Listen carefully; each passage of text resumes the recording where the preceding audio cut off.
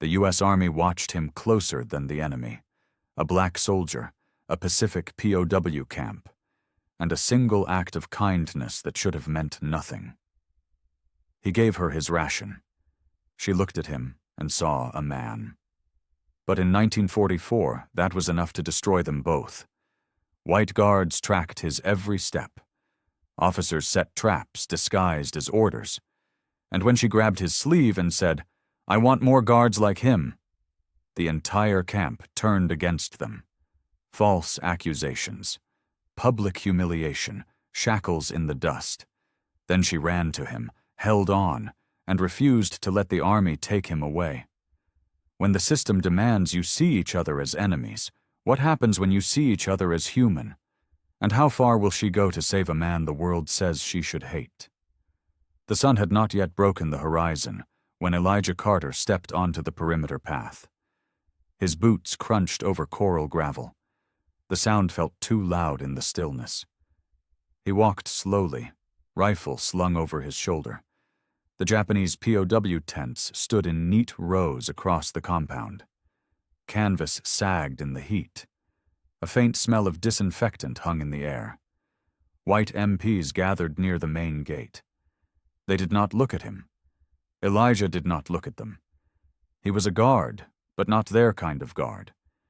He wore the same uniform. He carried the same rifle.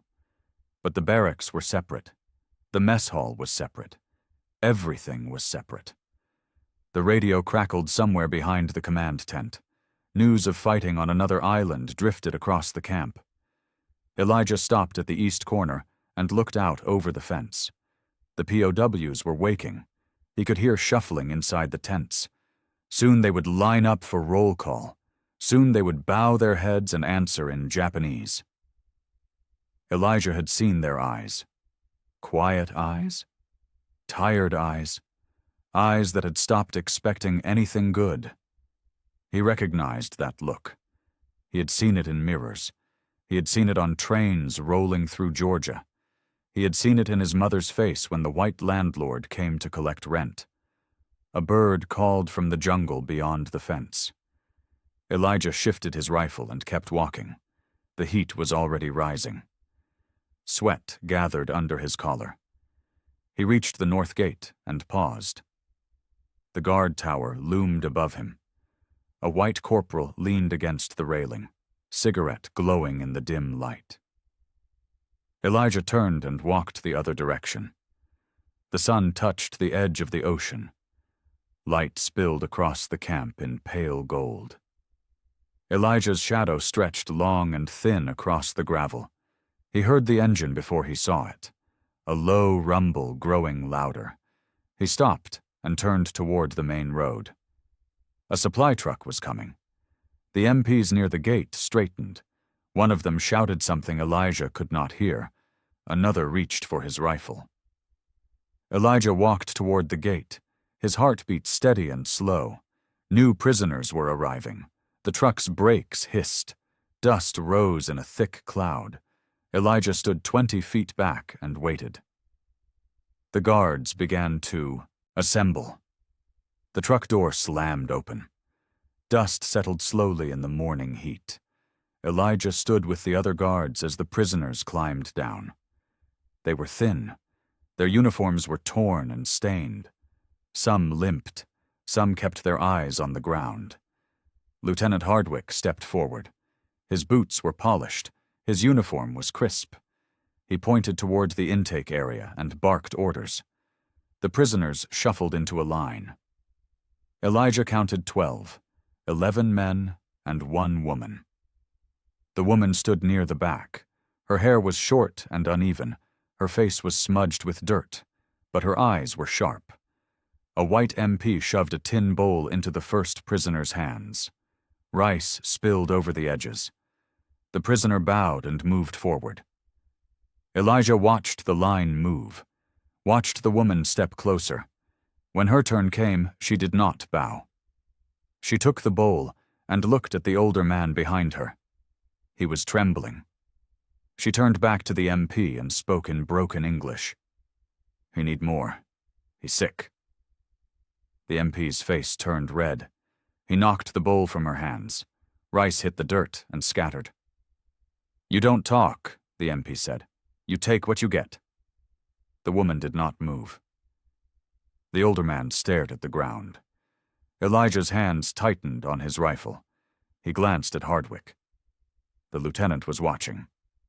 Elijah stepped forward. He reached into his pocket and pulled out his own ration biscuit. He held it out to the woman. She looked at him. Her eyes searched his face. She took the biscuit and handed it to the older man. The other guards stared.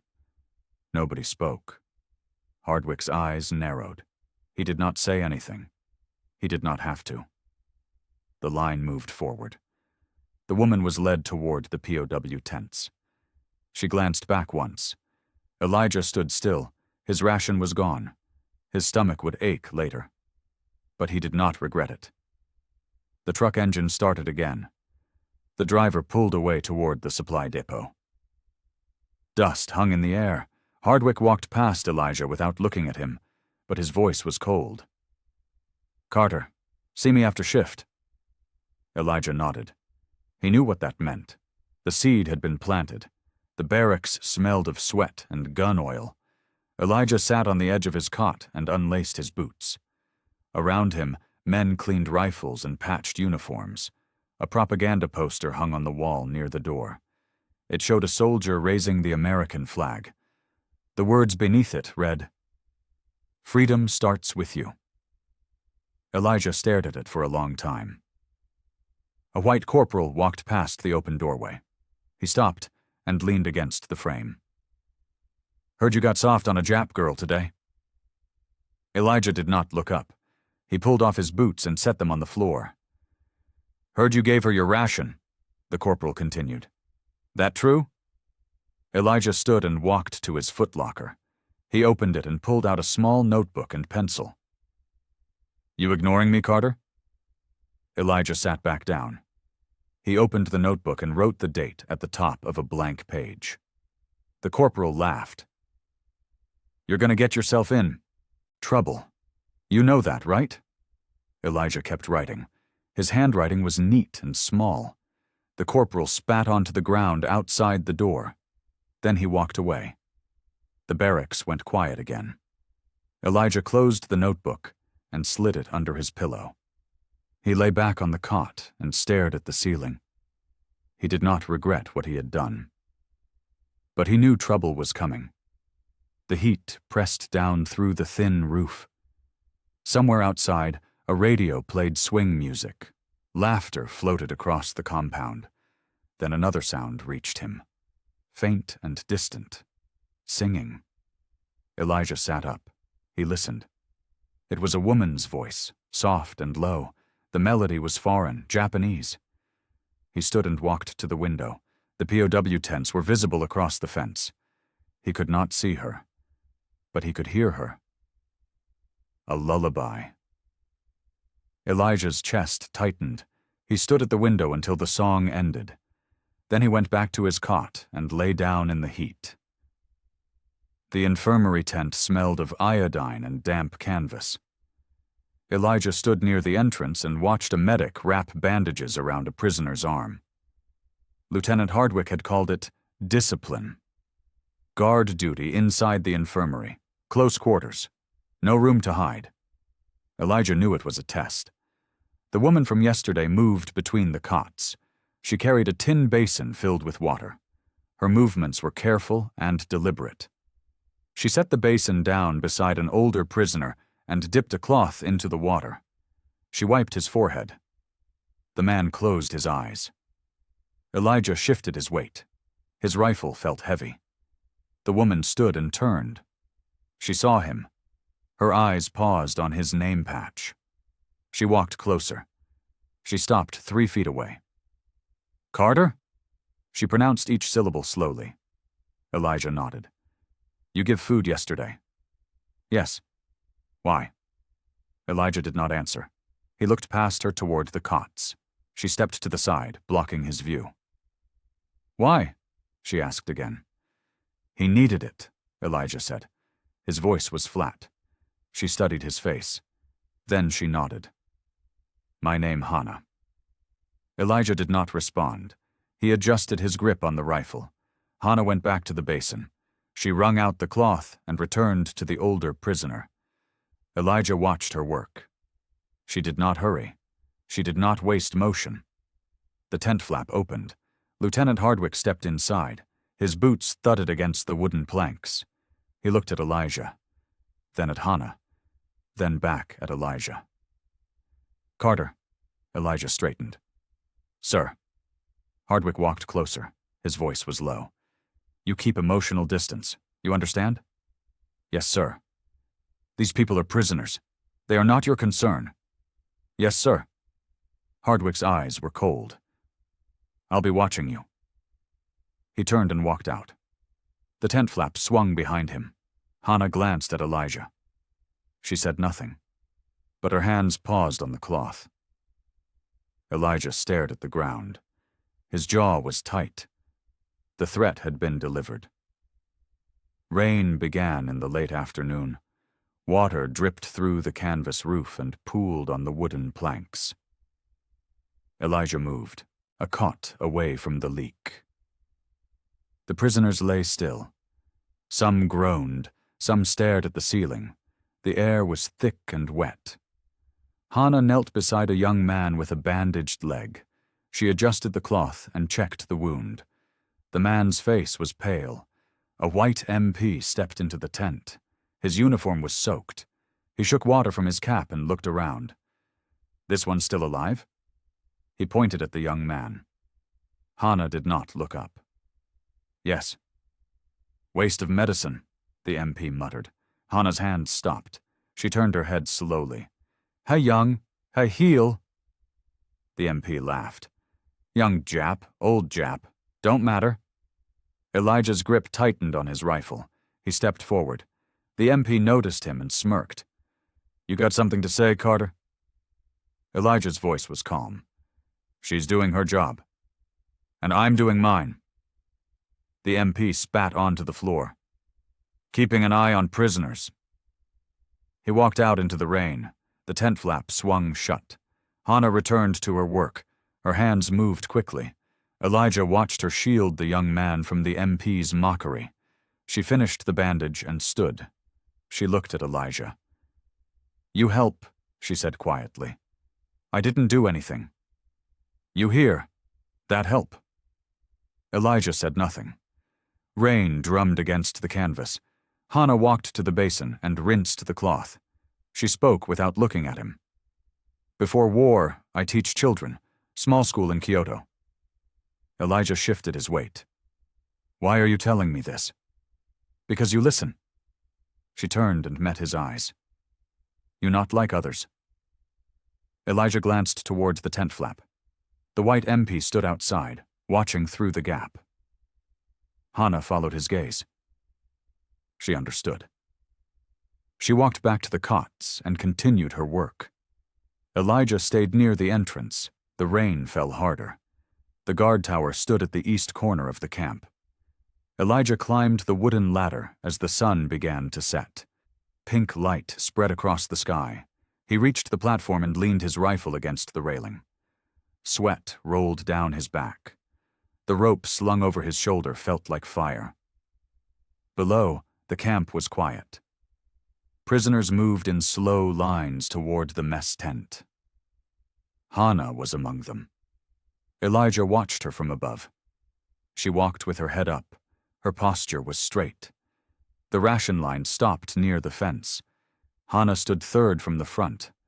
A guard handed out bowls of rice. She took hers and stepped aside. Then she looked up. Her eyes found Elijah in the tower. She did not wave. She did not smile. She simply looked at him. Then she spoke. Her voice carried on the evening air. "You kind, not like others?" Elijah froze. The words hung in the space between them. A guard near the fence turned and stared at her. Another laughed. Hannah did not lower her eyes. She held Elijah's gaze for 3 more seconds. Then she turned and walked toward the POW tents. Elijah's hands tightened on the railing. His heart beat fast. The tower whistle sounded. "Curfew," Below, Lieutenant Hardwick stepped out of the command tent. He looked up at the Aoi tower.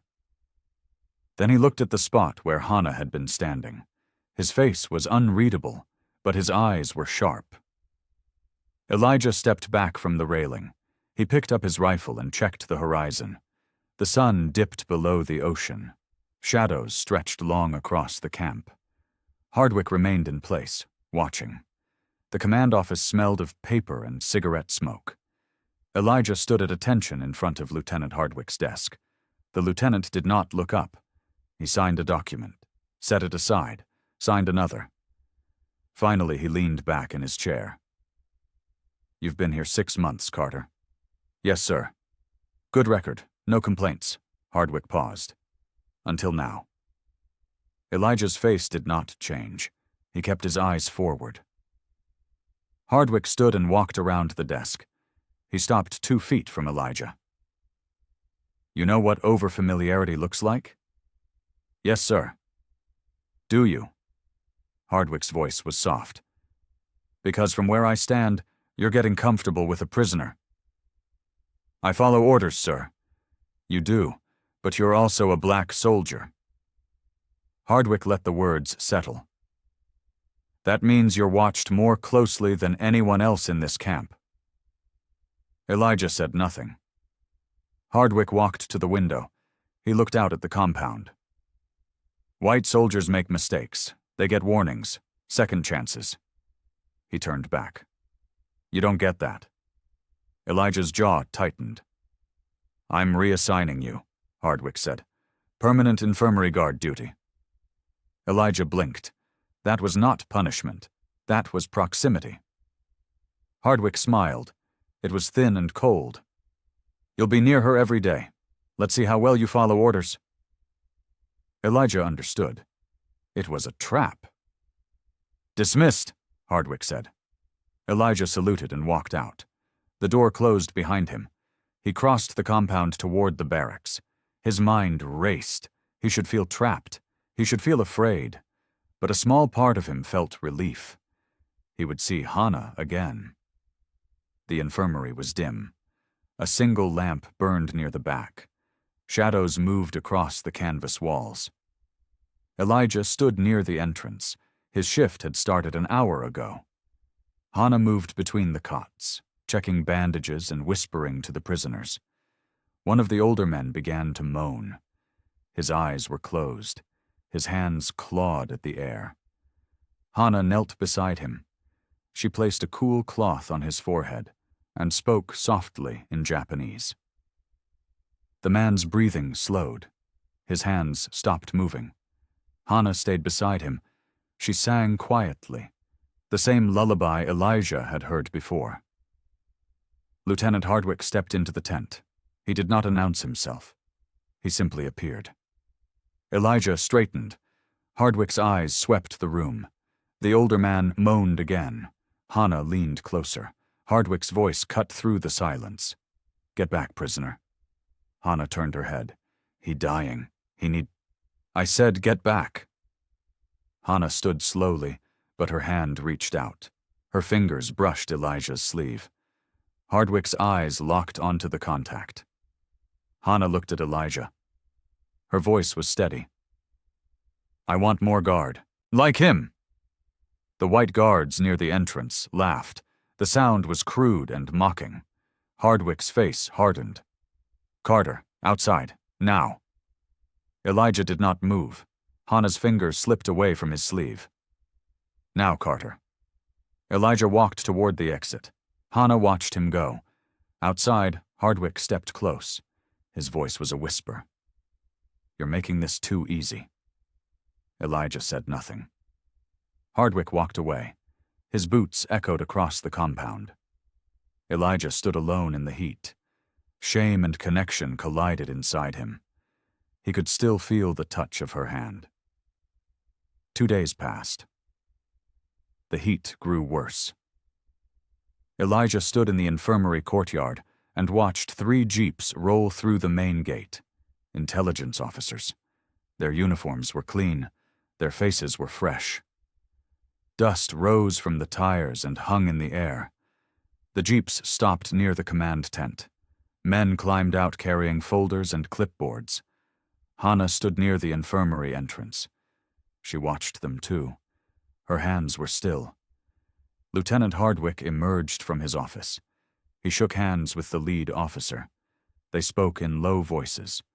One of the officers pointed toward the POW tents.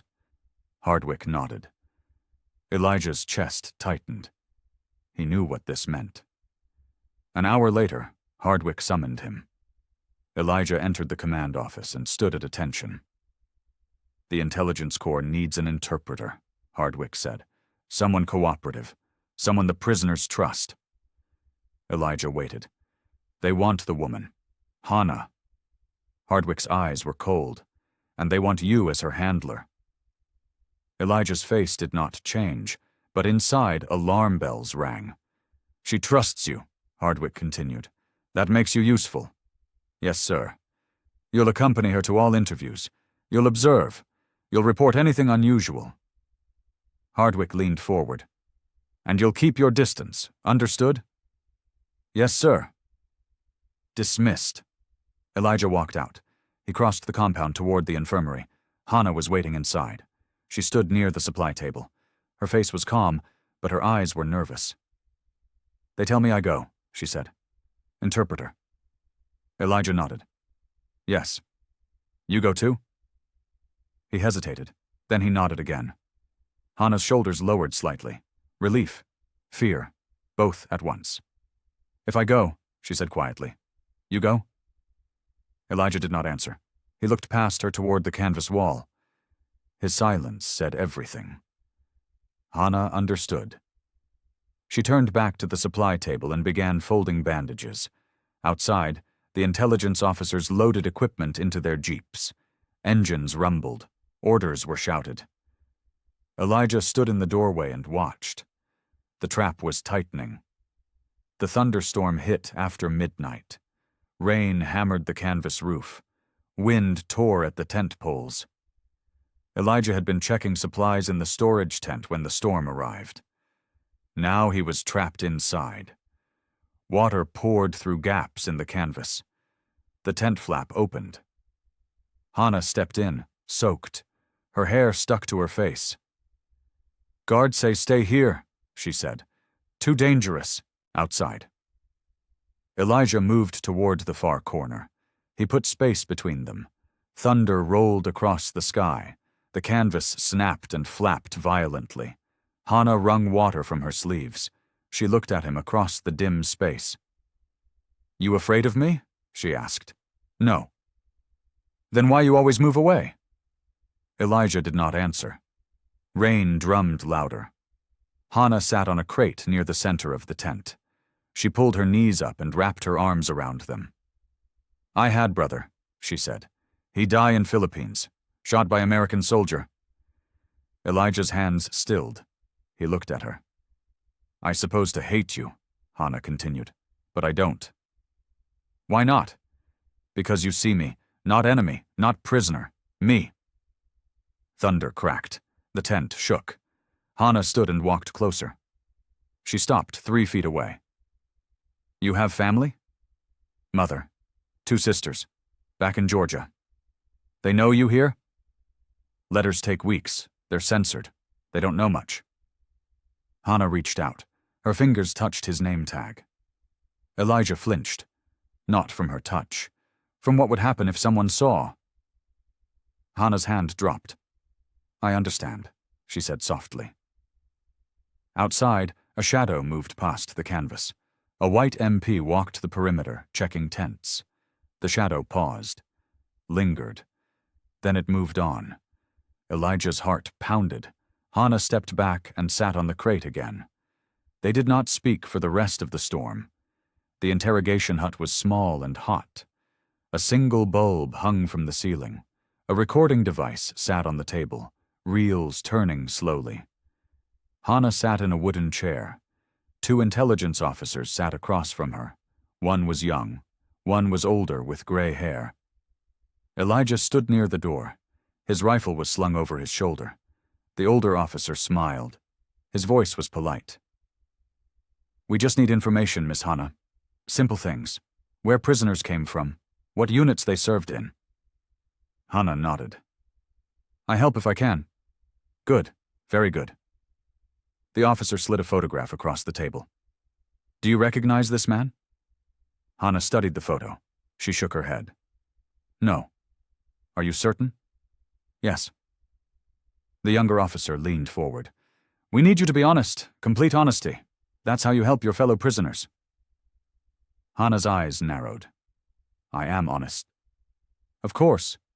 The older officer smiled again. Let's try another. The interview continued for an hour.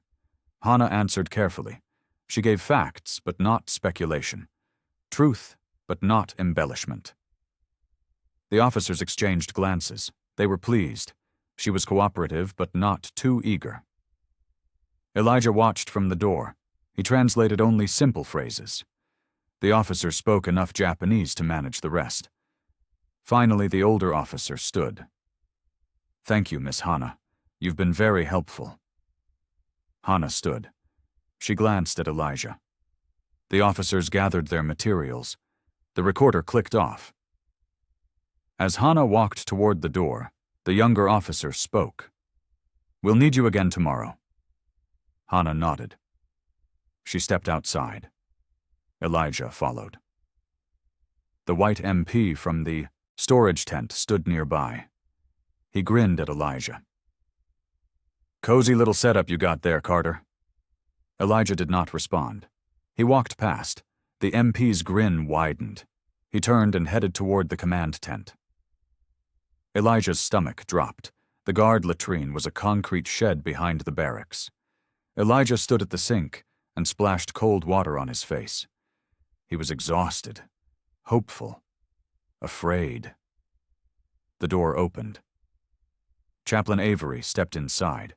He was an older black man with kind eyes and graying hair. Heard you got yourself into something complicated, the chaplain said. Elijah wiped his face with the towel. I'm just following orders. That what you tell yourself? Elijah tossed the towel aside. What do you want, chaplain? Avery stepped closer. His voice was low. I want you to be careful. They're waiting for you to make a mistake. I haven't made one. Not yet, but you will. And when you do, they'll bury you. Elijah's jaw tightened. I know what I'm doing. Do you? Avery's eyes were sad. Because from where I stand, you're walking into a fire. Elijah said nothing.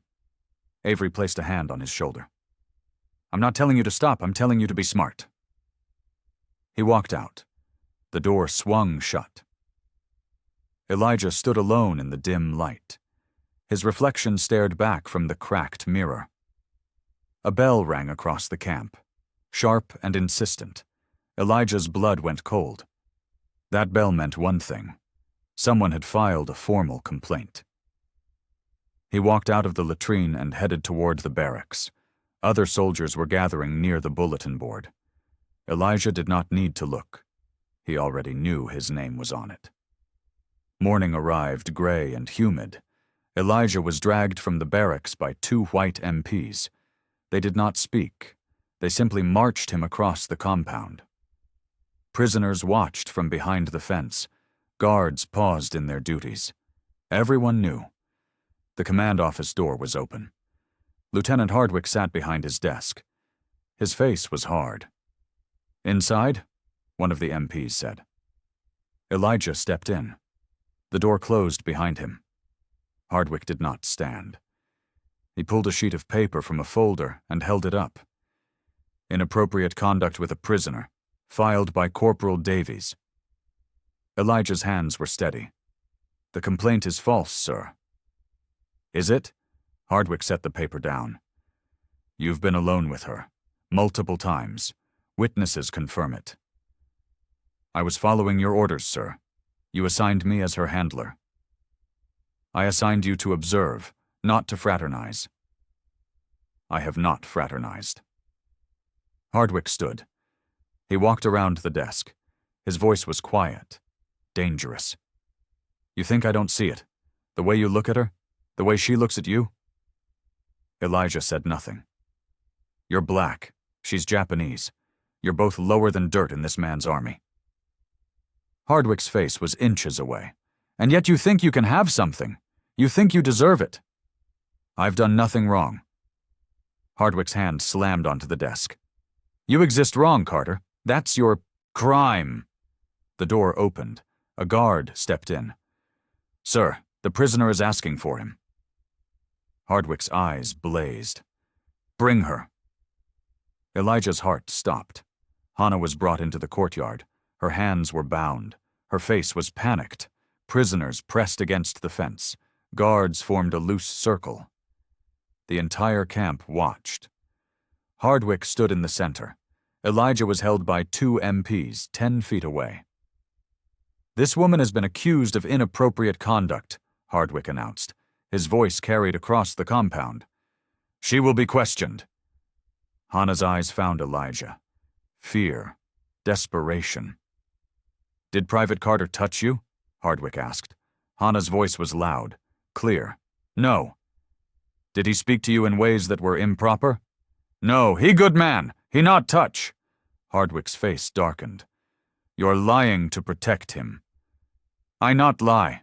Hannah struggled against the guard holding her. "He helped me. He kind, that all." Hardwick nodded to the guards. "Take her to isolation." Hannah screamed. "He do nothing wrong." She was dragged toward the holding cells. Her voice echoed across the compound. Elijah lunged forward. The MPs slammed him back. "You're next," Hardwick said quietly. Elijah was marched toward a separate cell. The prisoners watched in silence. The guards said nothing. The camp went quiet. The silence felt heavy. Final. The cell was a wooden box, 6 feet by 6 feet, a crate for sitting, a bucket in the corner. Elijah sat and stared at the wall. His face was bruised. One of the MPs had hit him during the march. He did not care about the pain. He cared about Hannah. Hours passed. The heat was unbearable. Sweat soaked his uniform. Footsteps approached. The door opened. Chaplain Avery stepped inside. He carried a Bible. His face was tired. "They're making an example of you," the chaplain said. Elijah did not respond. "But there's something you should know." Avery sat on the floor. "The intelligence officers are angry. They need Hannah. She's their best interpreter." "So?" "So they're pushing back. They don't care about Hardwick's pride. They care about results." Elijah looked up. "What does that mean?" "It means truth has strange ways of surviving." Avery opened the Bible. "Even in places where lies rule." He left the Bible on the crate and stood. "Hold on a little longer." The door closed. Elijah was alone again. He picked up the Bible. He did not open it. He simply held it. Footsteps echoed outside, multiple sets, coming closer. The door opened. An intelligence officer stepped in, the older one from the interrogation hut. "We need to talk," the officer said. The interview room was cooler than the cell. A fan turned slowly in the corner.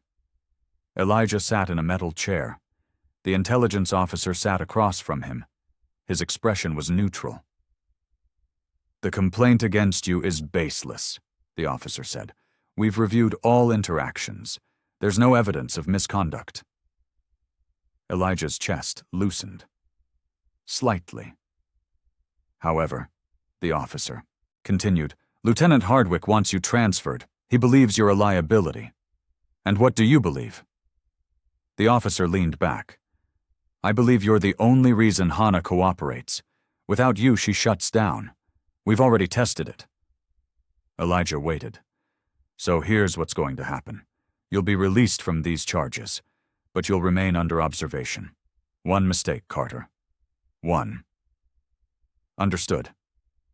The officer stood. "Hannah is being interviewed right now. Let's see if she's as resilient as you are." Elijah's hands tightened on the chair. Across the compound, in another room, Hannah sat facing 2 officers. Her face was controlled, defiant. Will you continue to assist us? The younger officer asked.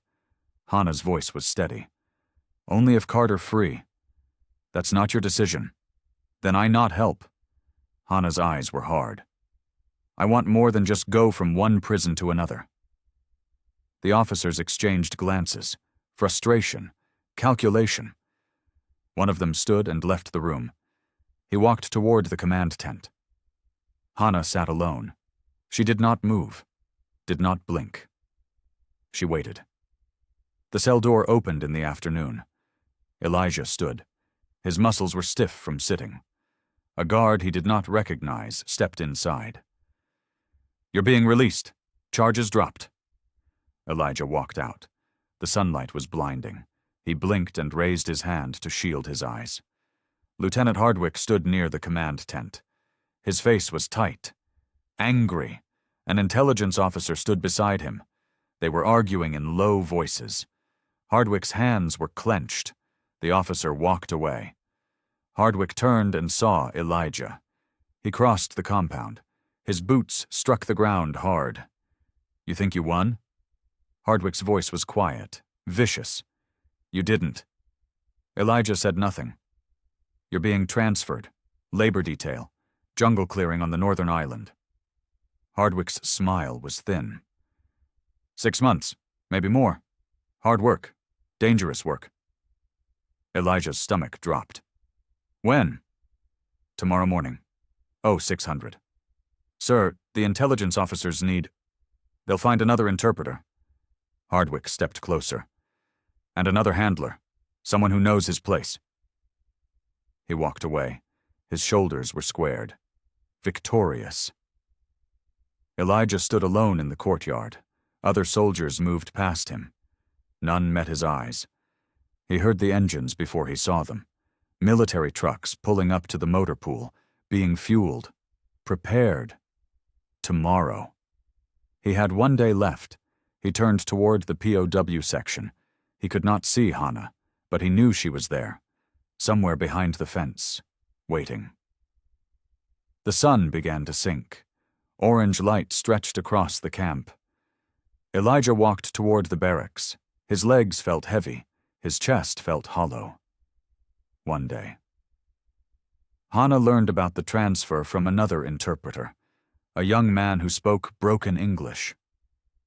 Carter, he go tomorrow. North Island. Hannah froze. She was folding blankets in the supply tent.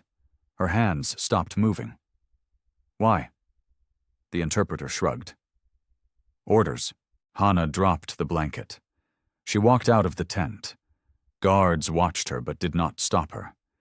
She crossed to the fence and gripped the wire. Her knuckles turned white. Across the compound she could see the barracks, the segregated section. Elijah was there. Somewhere. An intelligence officer approached, the older one. His face was apologetic. Miss Hannah, we need to continue the interviews. She turned. Her eyes were hard. No. We had an agreement. Agreement broken. You let them take him. We tried to stop it. Hardwick outranks us in camp operations. Then you fail. Hannah's voice was loud. I not help anymore. Not without Carter. The officer's face tightened. You're still a prisoner. You don't make demands. Then I stay prisoner. But I not help you. She turned away from him. She gripped the fence again. The officer stood for a moment. Then he walked back toward the command tent. Hannah stayed at the fence. The sun moved lower. Shadows grew longer. Other prisoners gathered near her. They said nothing. They simply stood. A white MP shouted at them to disperse. Nobody moved. Tension rippled across the camp. Guards noticed. Officers emerged from tents. Hannah's legs gave out. She collapsed onto the ground. Her hands stayed locked on the wire. One of the older prisoners knelt beside her. He spoke in Japanese. Soft words. Comforting. But Hannah did not move. She stared across the compound. Searching. Dawn came gray and cool. Fog drifted off the ocean and settled over the camp. Elijah was marched toward the main road. His hands were shackled, His rifle had been taken. 2 white MPs walked on either side. A third followed behind. The transport truck waited at the gate, engine running, exhaust rising into the fog. Other prisoners were being loaded, black soldiers, all reassigned, all being sent away. Elijah walked slowly. The shackles bit into his wrists. He heard her before he saw her. A scream, high and desperate. "Carter!" He turned. Hannah was running from the POW section. Her uniform was torn. Her hair flew wild. Guards shouted. One raised his rifle. Hannah did not stop. She ran straight toward Elijah. She reached him and dropped to her knees, her arms wrapped around his legs. "No, you not go, you not leave." The MPs grabbed her shoulders. She held on tighter. "Get off him," one of the MPs shouted. "Please!" Hannah's face was pressed against his legs. "Please! He good man!" Elijah stood frozen. His hands were shackled. He could not touch her, could not hold her. Other prisoners pressed against the fence. They watched in silence. Black soldiers in the transport truck stood. They stared. The entire camp stopped, frozen. "Get her off," the lead MP shouted. 2 more guards ran forward. They grabbed Hannah's arms and pulled. She screamed. Her fingers clawed at Elijah's legs. "I not let go! I not let you take him!" The chaos spread. Prisoners shouted from behind the fence. Black soldiers climbed out of the truck. White guards formed a line, rifles raised. Lieutenant Hardwick ran from the command tent. His face was red. "Get her off him, now!" 4 guards pulled at Hannah. She held on. Her strength was shocking. Elijah looked down at her. His voice was quiet. "Hannah, let go." "No. You have to. I not let them take you." Her voice broke. Tears ran down her face.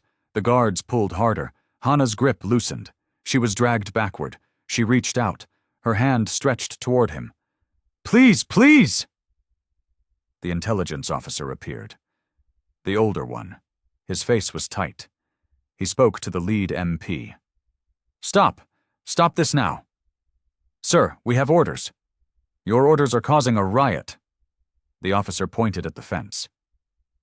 Japanese prisoners were pressed against it. Some were shouting. "You want a camp-wide rebellion?" Hardwick stepped forward. "They're prisoners. They'll obey." "Will they?" The officer's voice was cold. "Look around, Lieutenant. Look at what you've created." Black soldiers stood in a loose group. Their faces were hard, watching. White guards shifted nervously. Too many people. Too much tension. The intelligence officer turned to the MP holding Elijah. "Remove his shackles." "Sir?" "Remove them. Now." The MP looked at Hardwick. Hardwick's face was purple, but he said nothing. The shackles were unlocked. They fell to the ground. Elijah stood free. His wrists were raw. Red marks circled them. Hannah collapsed onto the dirt. Sobbing, the officer knelt beside her. "He's not leaving. Not today." She looked up. Her face was wet. "Promise?" "I promise." The dock was empty. The transport ship had left without Elijah. He stood on the wooden pier and stared at the horizon. The shackles were gone, but he was still under guard. A single MP stood 20 feet back. Footsteps approached, slow and measured. Hannah walked toward him. No guards held her. She moved freely. She stopped at the edge of the pier. The fence between the dock and the camp stood behind her. "They say you stay," she said. Her voice was hoarse. "For now." "What happened next?" Elijah turned to face her. "I don't know." Hannah stepped closer. The guard did not move to stop her. She stood 2 feet away, close enough to touch, but neither reached out. "I want to tell you something," Hannah said. "Before war, I not know Americans. I only know what they tell us. Enemy, cruel, no heart." She paused. "But you show me different. You show me people still people, even in war." Elijah's throat tightened. "You showed me the same." They stood in silence. Fog rolled across the water. The MP coughed. "Time's up." Hannah nodded. She turned to leave. "Hannah." She stopped, looked back. "Stay strong," Elijah said. "You too." She walked back toward the fence. Her steps were slow, deliberate. Elijah watched until she disappeared into the camp. The transport ship appeared on the horizon, a different one, coming to dock. The MP stepped forward. "That one's yours, next week." Elijah nodded. He had bought time, but not freedom. The ship grew larger. Its horn sounded across the water. Deep. Final. The transport ship left at sunset. Elijah stood on the deck and watched the island shrink. The camp became a small cluster of tents. Then a dot. Then nothing. Other soldiers stood nearby. Black men. Faces tired. Eyes empty. One of them walked over. He was older. A sergeant. His name tag read Williams. "Heard what happened back there," Williams said. Elijah said nothing. "That girl. She ran to you, held on tight." Elijah's hands gripped the railing. "She loved you, didn't she?" The words hung in the air.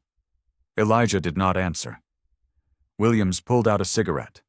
He lit it and stared at the ocean. "War does strange things. Makes people cross lines they never thought they'd cross." "I didn't cross any line." "Didn't say you did." Williams took a drag. "But you wanted to. That's enough to make them afraid." Elijah turned. "Afraid of what?"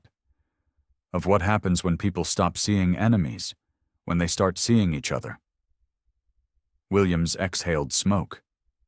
"That's the most dangerous thing in the world." He walked away, left Elijah alone at the railing. The sun sank into the ocean. The sky turned purple, then black. A storm gathered on the horizon. Dark clouds rolled closer. Lightning flashed. Thunder followed.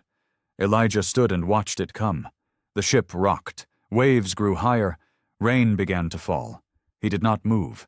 He let it soak him. Somewhere behind him, the island was gone. Somewhere ahead, another camp waited. But in his chest, something remained.